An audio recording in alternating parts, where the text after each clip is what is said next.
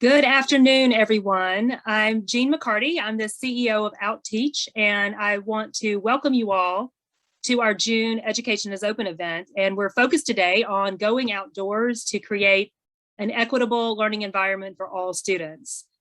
In March 2020, OutTeach launched our Education is Open campaign to help teachers provide engaging learning experiences for all students during the pandemic and to continue to raise awareness about critical needs that are facing education today. So I really want to thank you all for joining us today as we continue exploring innovative ways to accelerate learning. And I just welcome you from so many different places and sectors.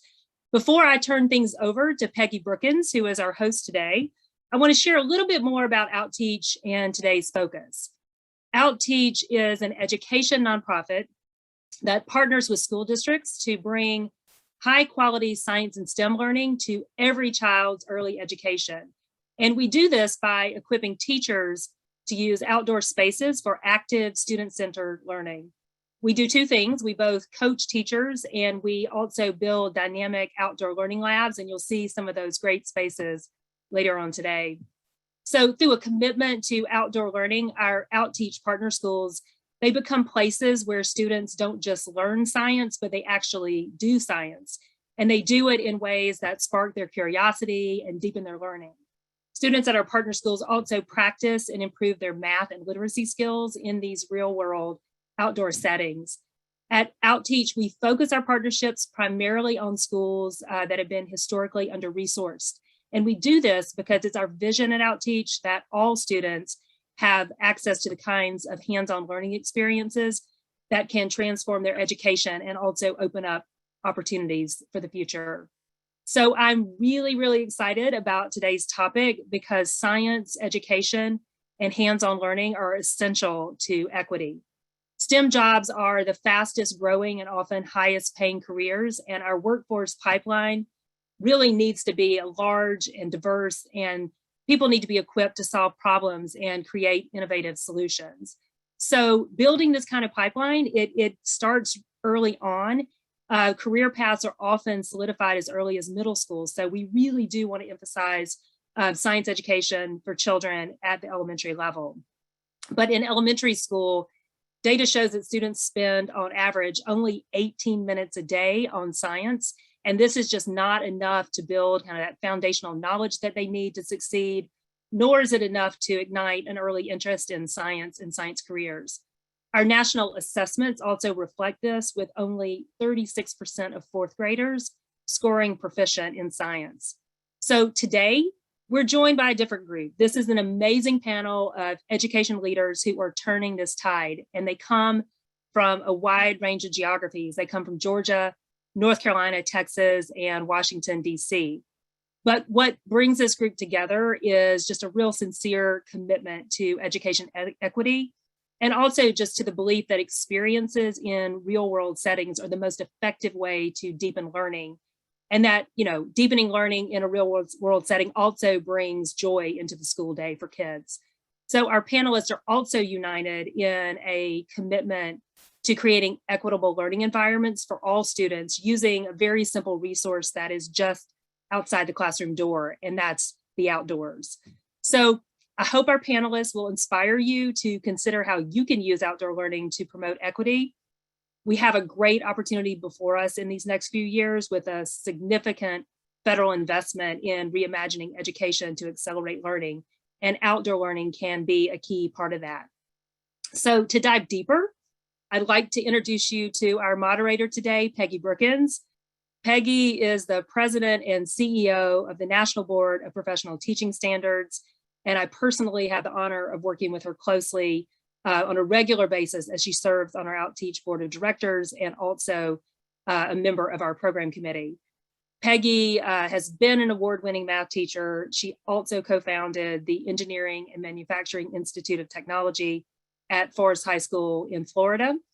And she brought all of her talent and experience to President Obama's Advisory Commission on Educational Excellence for African Americans. But in talking to Peggy, I always learned that it's really her hands-on engagement with STEM as early as elementary school that launched this career.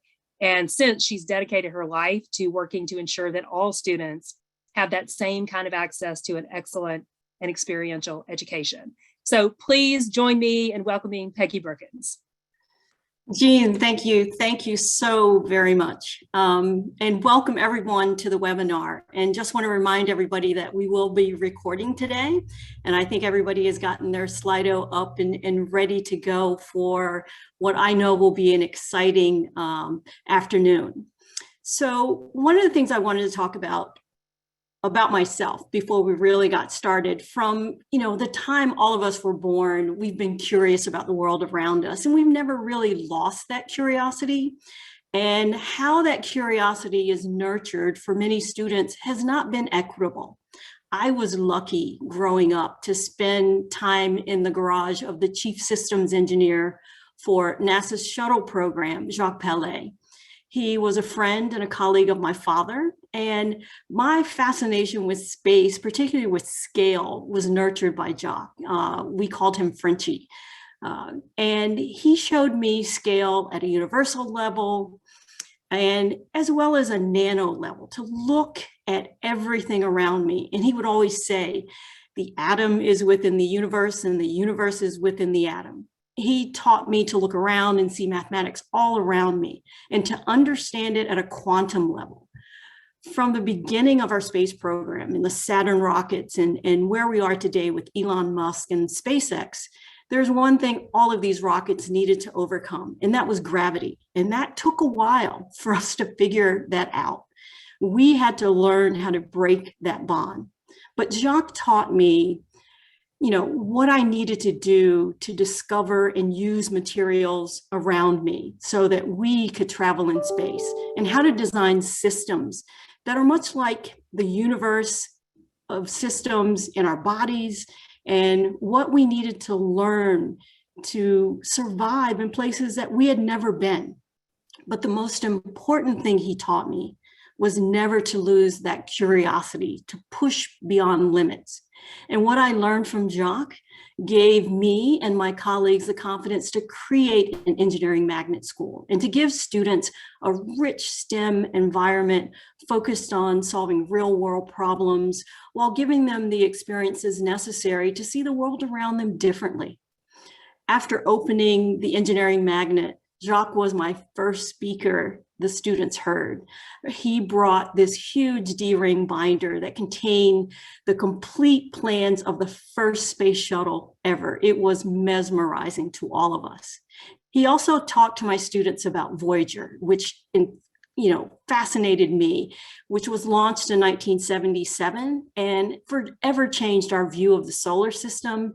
And it is the only human-made object that has left our solar system. It has traveled more than 11.6 billion miles from Earth, and it is now beyond the helopause, which is that boundary region where the sun influence ends and interstellar begins. And in about 296 years, and when I talk about scale, we have to think about this, it'll pass 4.3 light years from Sirius, the brightest star in the sky. So both Voyager 1 and 2 are destined to perhaps wander the Milky Way. And I'm just excited to know that Mae Jemison, the first African-American woman into space, is a member of a group called 100 Years Starship Project to make the capability of human travel beyond our solar system a reality within the next 100 years. There's so many patterns in front of us each day to help us understand ourselves and the universe and what is around us constantly, whether it's the Fibonacci series, fractals, and the probabilities of Pascal's triangles. We see it in plants and trees and rivers and our own bodies, and what we've learned from the breathtaking views of the lens of the Hubble telescope. So you can see why the work of OutTeach is so important, to begin to nurture the curiosity of young children about the world around them. And I know, we push, learning happens everywhere.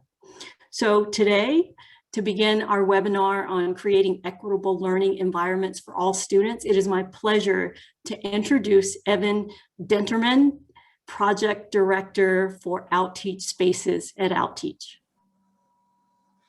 Thank you, Peggy. It's always so wonderful to hear you talk and inspire everybody from youngest to oldest. And so to continue along the lines of just connecting with our outdoor world, I wanted to do an icebreaker that OutTeach has done going back many years, all the way back to our founding in our Texas region. And we love this icebreaker activity because it really helps us to connect with the work that is at our heart, which is why outdoors? Why is the outdoors so important to learning, but also to just everyday experience? And so we're going to be on Slido for this activity. And so if you haven't signed in, go to Slido, slido.com, and our code is 770415. And you'll have a chance on the next slide to sign in if you didn't catch that, but I just wanted to introduce it. And so what I want you to do is take a look at these 4 photos that are on the screen. And these photos might jog your memory or provide an inspiration for an outdoor experience that you've had personally. And so I want you to take a moment, maybe close your eyes if you need to, and recall an experience you've had in the outdoor space. Where were you? What was happening? Were you using your senses to explore the space? Did a specific experience impact you? And so as you're thinking, we're going to go to the next slide, which is our Slido. And I just want you to log onto the Slido, again, using the code down at the bottom left there, and enter a word, couple words, maybe a short phrase or a really short sentence about how that outdoor experience impacted you. What did you experience?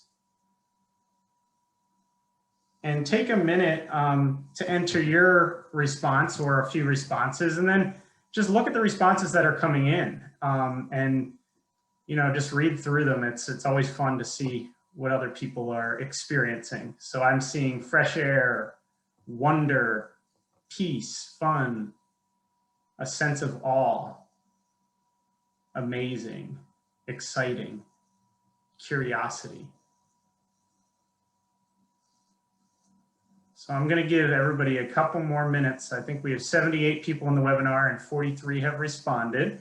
But just take note that a lot of these words are so positive, and we tend to have really positive experiences and positive memories of our experiences outdoors and in nature.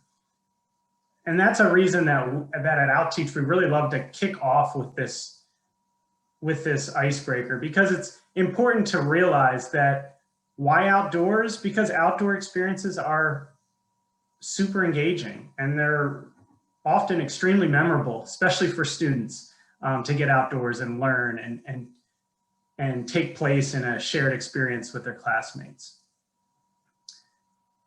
And so I'll give everybody a second if they want to screenshot this, because this is pretty cool. I think this is pretty awesome, this word cloud that we've developed here. And I'm going to definitely look back and reflect on it myself. And then we're going to go back to our next slide, which is the same photos that we looked at originally.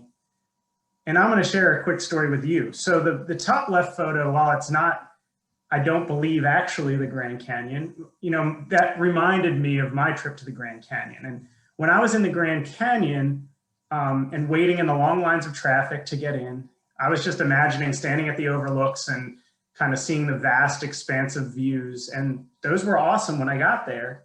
But my most memorable experience from my trip to the Grand Canyon was when my wife and I took a step back from the rim of the canyon. And we actually showed up for a national park led geology walk.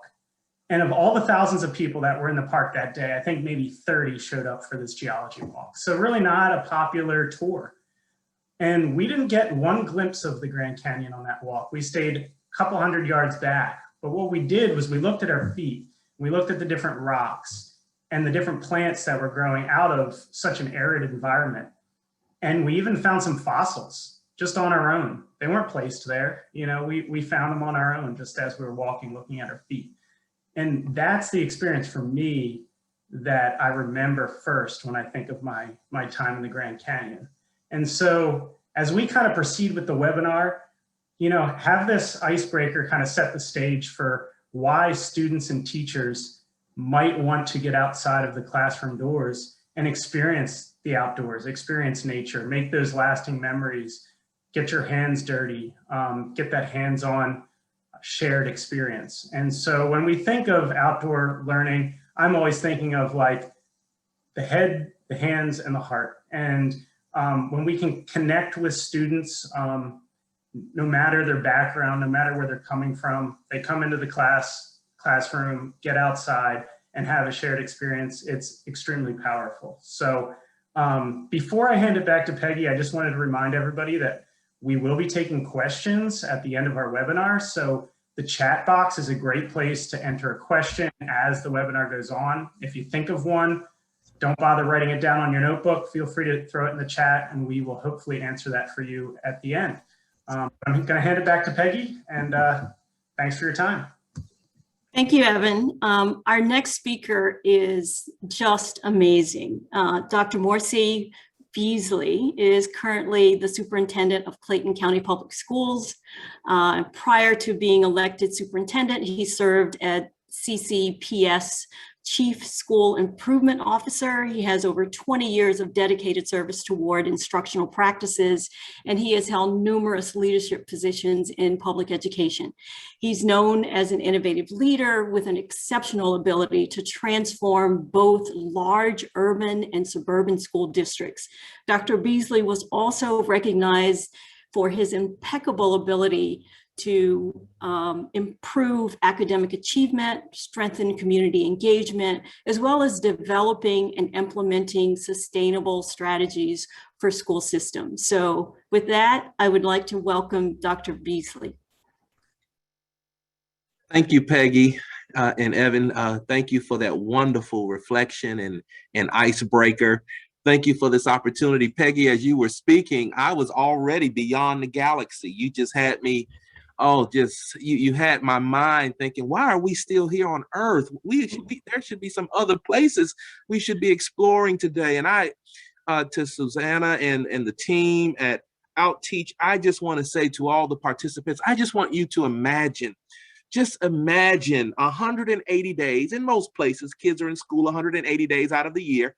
Just imagine how boring and how awful it would be if for 180 days, going through all 4 seasons, that you spent most of your day, all day inside without seeing the sun, the moon, the stars, the trees, the environment. Just imagine how tedious and how boring and how unnatural that would be for you as an adult, and then multiply that by 1,000,000 times to basically share how unnatural it is for children to be in those type environments all day, not necessarily supporting their desire, their curiosity, their desire to learn, their desire to explore, their desire to mess and tinker with things, their desire to play in the dirt and get dirty and to find insects and bugs and play with water and splash water. Just imagine what we're doing to our kids if we don't embrace the OutTeach method of providing our teachers the support, the training to basically maximize the environment that kids have access to encourage their learning, to promote their curiosity, to develop their criticality, their critical thinking, to develop their collaboration skills, their communication skills, their ability to see things not just the way that they are, but the way that potentially the way that they could be. Just imagine what STEM could look like if all of your students, all of your teachers were provided this opportunity, not just one day out of 180 or 10 days out of 180 days, but I would say 175 days out of 180 days. Just imagine what your students would be doing, not while they're just in your school, but beyond your school as they go to college and take advantage of post-secondary options. I just want you to imagine. So here in Clayton County, we are imagining, and not only are we imagining, but we are changing our reality to basically to reflect what we are imagining. And OutTeach is helping us to do that. Our students are developing in skills, as I mentioned, criticality, their communication, collaboration skills, their creativity. Our teachers are learning how to maximize that outdoor space, no matter what it looks like, whether it looks very rural or country or very urban or suburban or very whatever the space looks like. There are learning opportunities there. And I want you to imagine your students taking advantage. As a matter of fact, I expect to see more of that because they've been in the house for over a year during a pandemic in front of a computer. And all of us understands and should recognize that that can't be the best approach and the most healthy approach or the healthiest approach for our children. And so how are we in Clayton County going to continue to ensure that our students have these opportunities most of the days of the school year to learn, to think, to do, to collaborate, to have fun, to engage with their environment, to think about global issues, to figure out ways to solve global issues?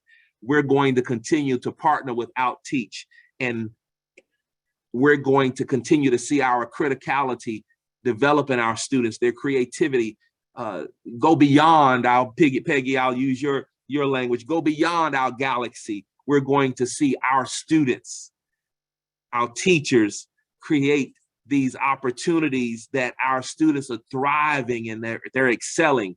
We're seeing that in Clayton County because of this OutTeach partnership. And I want all of you to know that as you support this, and if you're a funder, you should support this. You talk about changing K-12 education in America. Well, this is how you do it.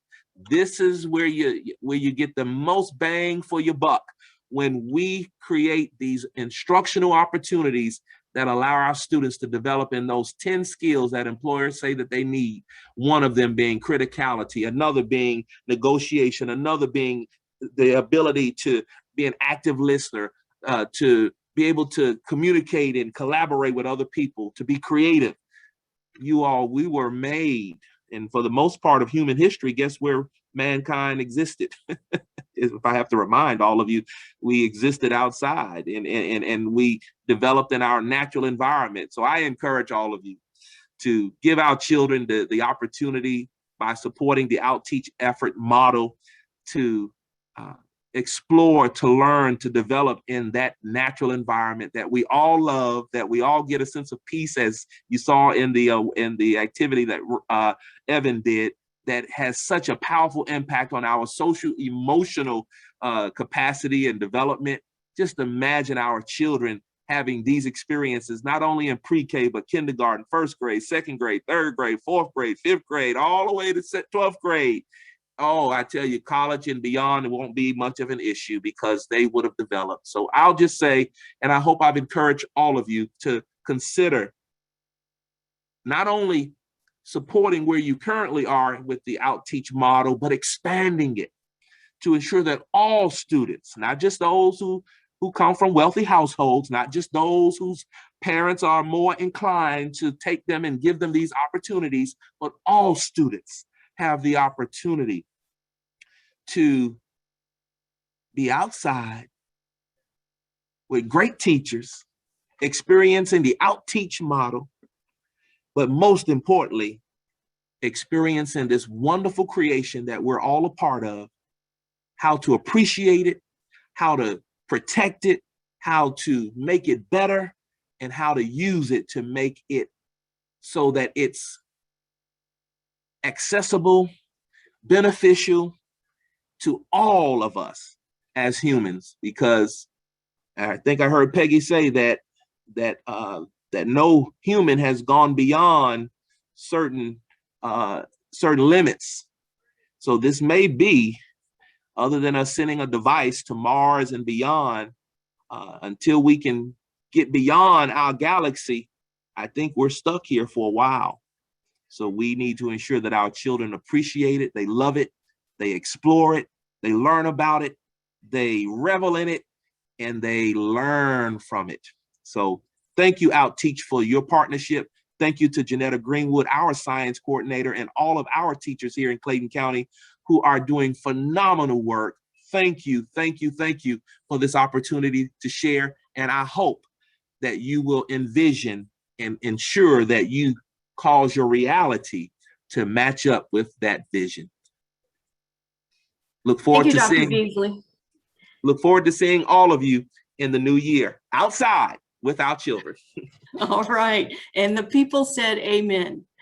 That was phenomenal and inspiring in so many ways. I think the number one skill of the future is learning. And we must be adaptable. We must collaborate. But learning is that skill. And thank you for reminding us of that. Our next group of presenters are equally as impressive. Sammy Wren is the Senior Project Associate at OutTeach.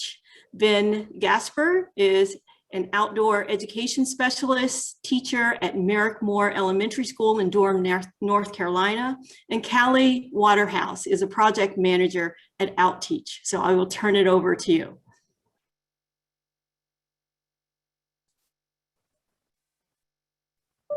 Thank you, Peggy. I appreciate that. Wow. I have really enjoyed listening to the speakers today. They remind me of so many things that I've talked to teachers about. As Peggy said, my name is Sammy Wren, and I'm a project manager with OutTeach here in North Texas. I get to design and install outdoor learning labs. Before that, I was an outdoor teaching specialist for over 20 years here in Grand Prairie. My passion as a teacher, and still today, was to get students outside and learn through the power of experiential learning.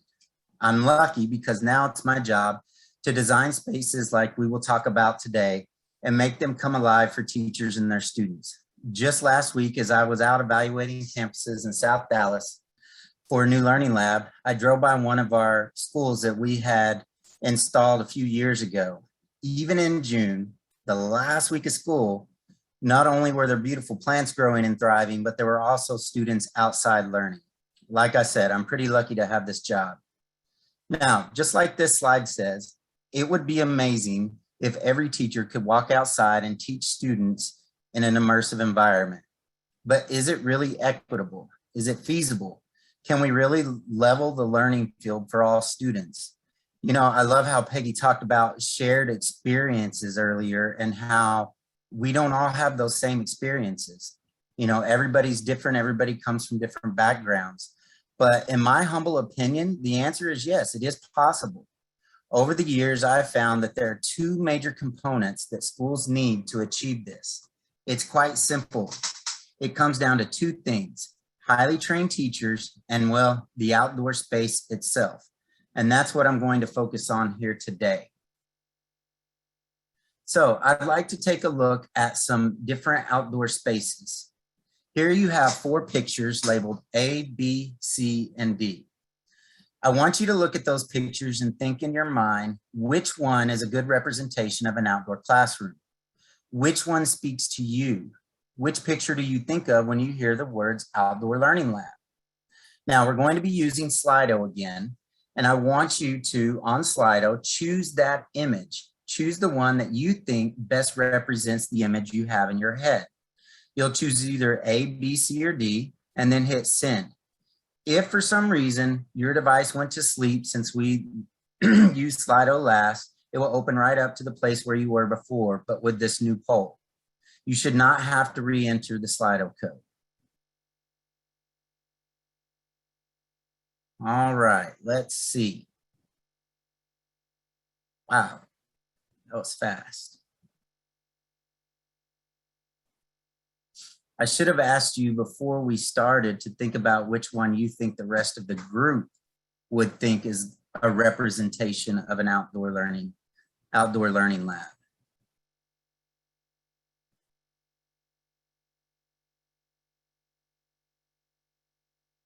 It's definitely the result that I thought we would get, and then not so much the result that I thought we would get in the same breath. We have A, which is kind of what I assumed. D, a lot of people are picking D. I like that. I think they might think it's a trick maybe. All right, so let's go ahead and go back and look at these 4 pictures. As you can see, A was by far the choice that everybody had in their head, and then D was right there beside him, and that makes me smile. Of course, I would think with the group that's here today, that's probably why D came up so high.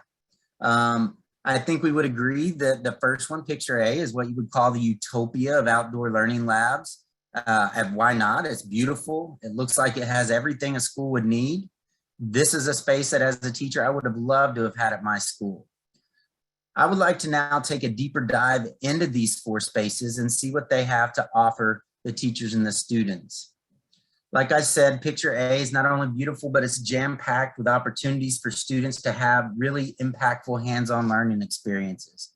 Look at all the different features. We've got raised vegetable beds, different seating areas with whiteboards, a compost station, a shed for supplies, tables for students to sit, tons of native plants and grasses and trees to study and observe. If you look close enough, you could see some smaller tools that they have at their disposal on the weather station, different gauges and thermometers.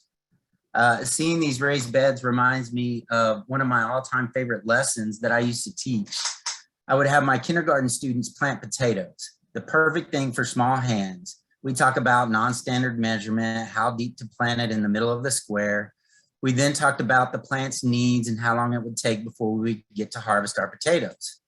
At the same time, with my 5th graders in the same beds, we were doing, higher math. We figured out the square feet. We figured out the approximate yield based off the average amount of one potato plant gives off.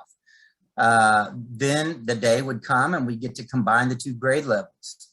The older kids got to help do the grunt work, while the younger kids had the time of their life hunting like Easter eggs their potatoes.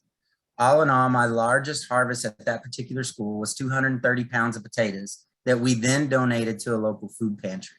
I think you would agree that using a space similar to picture A would result in a lot of deep and meaningful learning experiences for students of all ages and backgrounds. Now the list I have next to the picture are all the skills that I feel students could master in this full outdoor space. Learning to observe, predict, infer, measure, classify, problem solve. As Dr. Beasley said, collaborate with peers.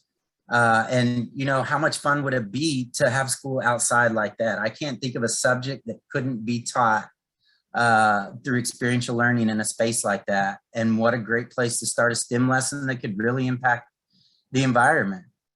But utopia, as beautiful as it is not always quickly obtained without taking steps that you will learn about later in the webinar. Utopia, like this large cedar classroom shown here, may not fit your immediate needs, or you may want something smaller, which brings me to picture B. It's still beautiful. We have a simple whiteboard and some seating. It looks like we have that same weather station and thermometers and gauges. Again, we have beautiful trees, plants to learn from. This space to me is not only inspiring and user-friendly with the central meeting place for students and teachers, I think you will also agree when you see the list of skills that it lends itself perfectly to loads of learning experiences. I quickly listed a few skills that I feel like a student could master in this space through experiential learning. You might notice that the list is the same. That's not a mistake. Students will still have the same opportunity to master these skills, even in this smaller space. I have started so many lessons outdoors with students just simply predicting the difference in temperature from a sunny spot to a shady spot. Then have students go out and find the actual temperatures and their differences. But the best part was when I asked them to infer why the difference, what would the different changes and would the difference change as the time of day or even as the seasons change? Would that difference become greater or less? That is a hard concept to grasp. Even harder inside the school when you can't actually feel the temperature difference. Being in the outdoor setting is a powerful thing. Heat and cold are a powerful thing for our senses and our memories.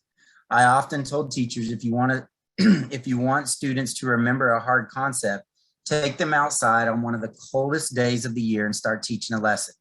Go back inside and finish the lesson. The students will always remember. They'll always have something to grasp and refer to. The good news is a space like this is what you might see at a lot of schools across the country, and it is more obtainable than the first picture we looked at. So as you listen later, when my colleague Callie talks to you about obtaining your space, keep in mind your starting point or your jumping off point. It might be starting with a seating area like this one. Now let's take a look at the third space, picture C. As you can see, our third picture is still beautiful. It's vastly different from the first two spaces. No more seating and whiteboard. Of course, I was known for taking students out to an open field and having them cop a squat. So if you ask me, I would say they bring their seats with them everywhere they go. However, that's not always convenient or a popular choice. But we still have some beautiful native trees and grasses and perennials. And like the first two spaces, lots of room to explore and learn. Speaking of learning, let's look at that list of skills again. This space would lend itself to accomplish lots. It is the same list. It's no different. I can picture students observing and problem solving in this space just as much as the first two. An open space like this with trees is a great place to teach about animals and their habitats. And this type of space is something that pretty much every school in America has. So as you can see by now, I feel like all of these pictures represent an outdoor classroom, even picture D. The last space. You know, my tagline as a teacher was, if you give me a stick and a crack, I can teach the students anything. Whether we are measuring the cracks and observing how the dandelion uses a life cycle and adaptations to grow through the concrete, there's something for the students to latch onto. That is what is so powerful about experiential learning and getting students outside. There's a whole world outside the four walls of a classroom for students to be impacted by experiential learning. Now, I will admit that there was something missing in all four pictures. And that's the one thing that makes experiential learning possible and brings equity to all of these spaces. And that's a highly trained teacher. Well, that and the students. A highly engaged teacher is really the key to making any outdoor space, whether it's a beautiful cedar classroom or a simple sidewalk outside your school. At OutTeach, we have a hand in making that possible. We make teachers comfortable in their own space and train them to teach those amazing experiential lessons to their students. And that's what makes experiential learning in the outdoor setting equitable. That's what levels the learning field. Now, I'd like for us to hear from one of those teachers and his experience. I'd like for you to meet Ben Gaspar, coming to you from North Carolina. Welcome, Ben. Thanks so much, Sammy. I really am excited about being here. And I just had that moment where every teacher who has actually taught virtual for the last year experience, I just got booted and was like frantically like, get back on. Anyways, I'm here and I'm happy to be with you. I am, I came to outdoor learning, outdoor education, specifically from the adventure-based education kind of viewpoint when I started a high school course here in Durham, North Carolina. And I had a lot of fun with that, and working with the high schoolers was great. And as I transitioned though to elementary, because I really wanted to kind of get in at the beginning of kids' formative years, I had a big thing. Students who chose to be in my class. And then I went to 600 students who had to be in my class. And so teaching outdoor education, all of a sudden I had to realize that I had students who really were coming at the outdoors from very different places. And so 5 years ago, when I started this position, I had to start crafting both the content and our outdoor space around where students are. And so what you're looking at on the slide here is a picture of our campus, and you can see all these different spots. And those are all different outdoor classrooms that we've developed over the years. The first year, I was just using that nice big field because that was accessible. And we've added slowly over time. Number two is this amazing space called the field classroom. It's great for students who are kind of a little bit nervous about going into a forest, and there are a lot of those.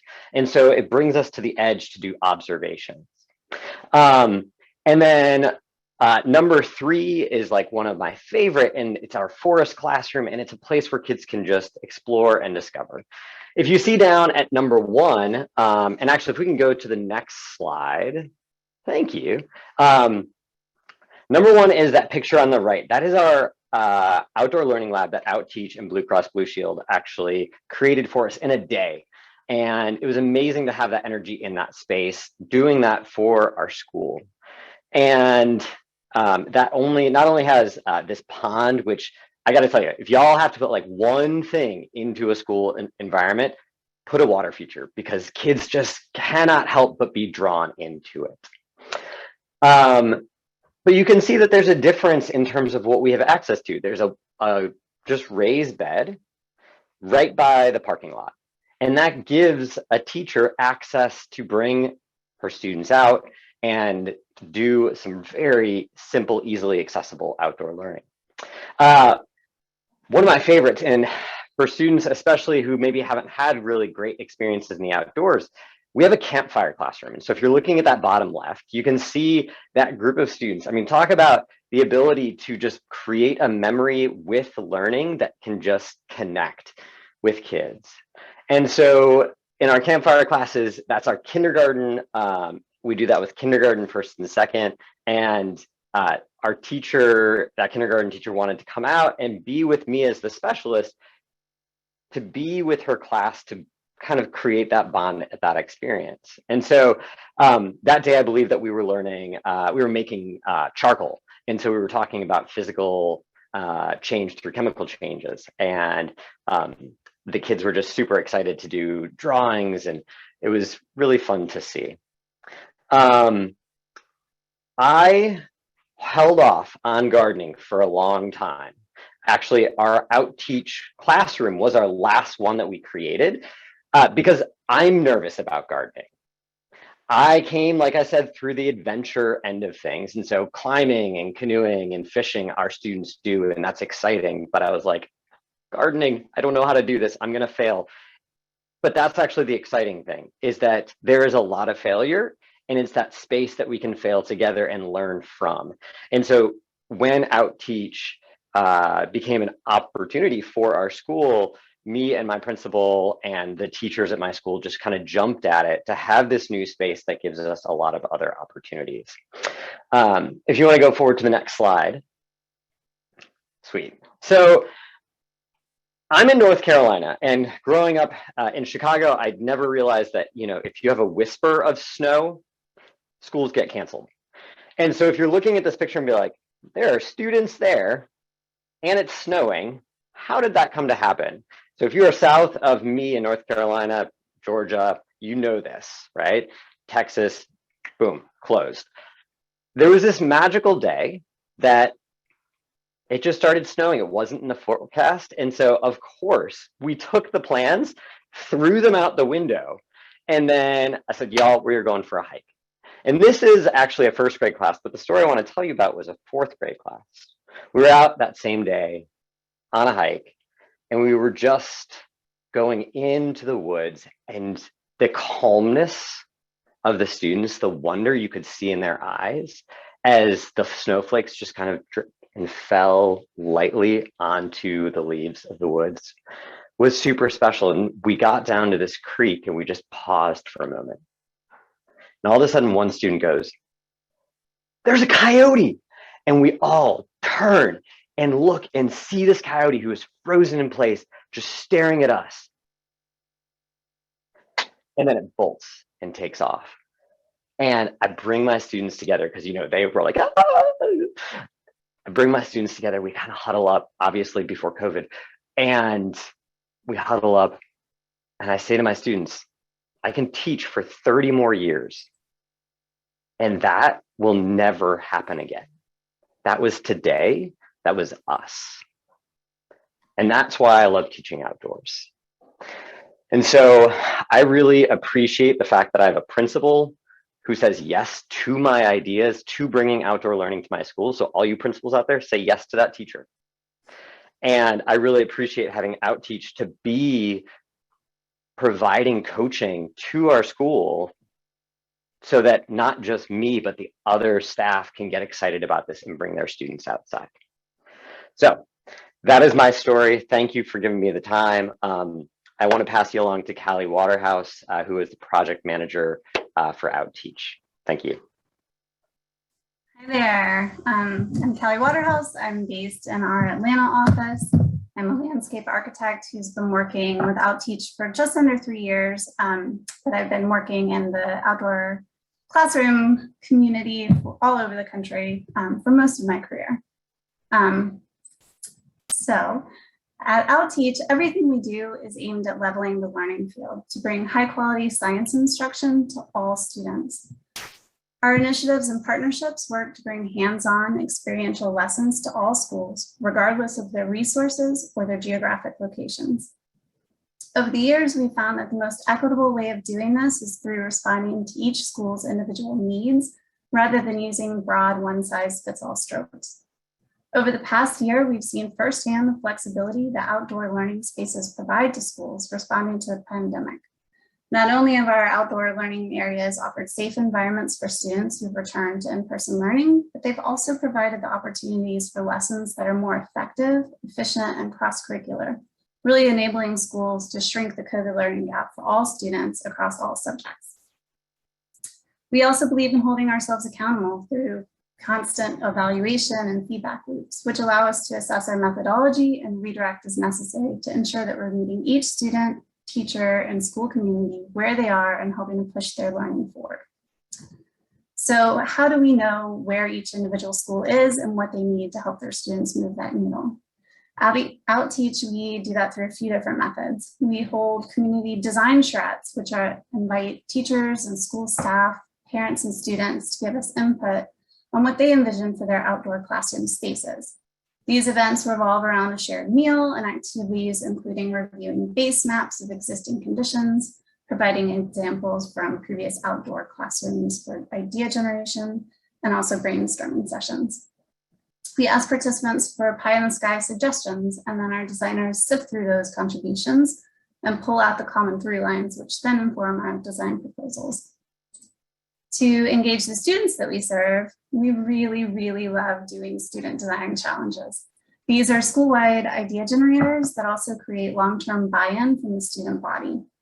Each school has flexibility in how they set the parameters of these challenges, and we've seen everything from checklists of features to elaborate drawings to 3D models. Students have dreamed up spaces that include reading nooks, memorial gardens, and even a rocket launching pad that would do Peggy proud.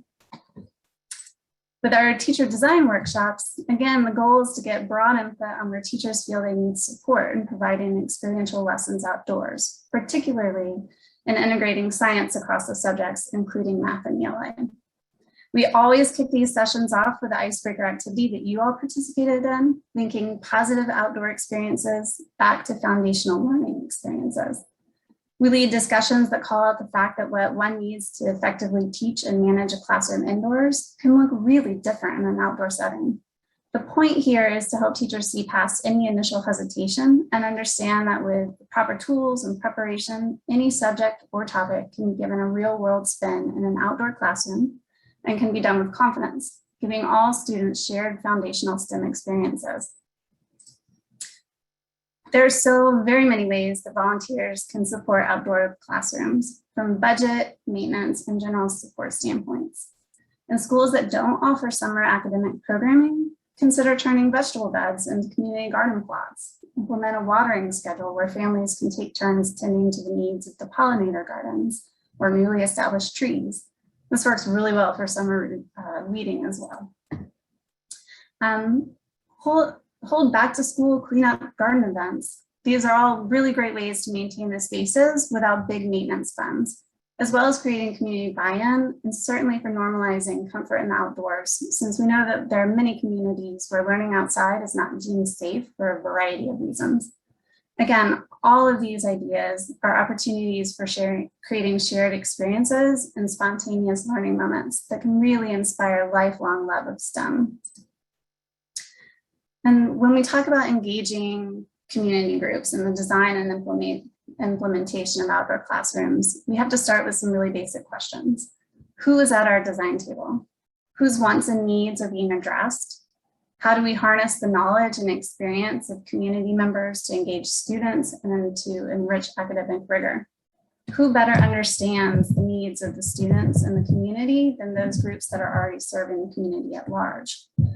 Many schools already employ or engage with a director of partnerships or with a community liaison, and tapping into that fountain of knowledge and those connections is really critical. And, the end goal of all of these outreach methods is to ensure effective outreach, providing us with evidence-based indicators of inclusivity in design, of programming success, and of community benefit. So we're going to run through one last Slido, and this one is really thinking about equity and about, I'd love to hear who you would bring to your design table, what your outreach focus would follow along. What are some strategies that you use for really making sure that you're bringing all the appropriate voices and stakeholders into the conversation? So I'm seeing parents, teachers, students. Students are a big one. We always love involving students because it really does make a big difference in long-term maintenance. Similar organizations led by people of color, sports teams, community groups, master gardeners, extended family, volunteers of every shape and size and sort. Yes, retired people in the area, that's really great.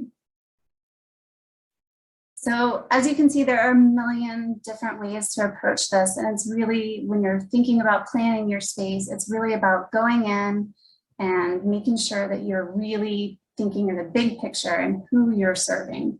And what your end goals are. And there are tons and tons of really great resources out there to tap into. So I'm going to kick it back over to Peggy now. Thank you so much, Callie. And thank you, Ben and Sammy, for giving us your stories, your insight, your expertise, and your passion. We have now come to the portion where we asked you earlier to put your questions in the chat box. And we want to spend a couple of minutes, we have a few minutes left, that we can answer a couple of questions. So Jessica Isley from OutTeach has been looking at those questions. And Jessica, if you have questions that people have posted, let us know. Thanks, Peggy. We do have a few. I know we're running really tight on time, so I'm gonna go ahead and ask one of the questions, and please feel free to keep dropping your questions in. We'll be happy to answer them when we send you the recording of this webinar. And you can also contact us at info@outteach.org or out-teach.org. But one question asked was, what are the most important features for elementary schools to add? So I'm not sure which member of the team wants to answer that question. I'm happy to jump in, and I can try to be quick. But what we think at OutTeach is, if you are going to add features, I mean, I think Ben and Sammy both really demonstrated that you can just get outdoors without features. But if you are going to add features, a first feature that's always good is a whiteboard and a seating area. That gives a teacher in the class a place to kind of gather outside before going and exploring, and then reconvene to talk about the data they've collected or findings that they've made outdoors. So that's always a good first step, is a whiteboard and a seating area. It's familiar to teachers and to students, and it really gives you a good starting point for the outdoor space. And then obviously you look at this photo in front of you, there's a million other features that you can add around that. But imagine if that whiteboard and seating area was there without the roof, without the concrete, all of that stuff around it could be added in steps later on. And I saw another question just come in that kind of tags along. Are landscape architects required legally when these spaces are designed? So If a space like this in the photo in front of you with a shade structure over top the concrete walkways, those require permits, and you will need a design professional to help you. It could be a landscape architect, it could be an engineer, it could be an architect. At OutTeach, we have landscape architects on our staff, and so we do a lot of that work in-house. But there are architects and engineers in your communities that would be more than happy to help. Raised beds, planting, a seating area, and a whiteboard, those do not require any permits. Typically, I would check with your local jurisdiction, but those are things you could do on your own with volunteers, or your school district could help, or an organization like OutTeach could help. So hopefully that answers the question. Thanks, Evan. Peggy, I'm going to turn it over to you because I know we've only got a couple minutes, so want you to have time to wrap it up. But thank you, Evan. Thank you so much. I just want to thank all the attendees for being a part of the webinar today, especially our speakers and their expertise and what they brought to us. We hope that you've been inspired and excited about outdoor learning, and that there's an enormous opportunity that we have to provide more outdoor learning resources for students and campuses across the country, and to reimagine elementary education. So we invite you to continue to stay connected to OutTeach and to our Education is Open campaign. And I just want to close with a quote from Franklin Delano Roosevelt. We may not be able to prepare the future for our children, but we can at least prepare our children for the future. So thank you all for joining us today.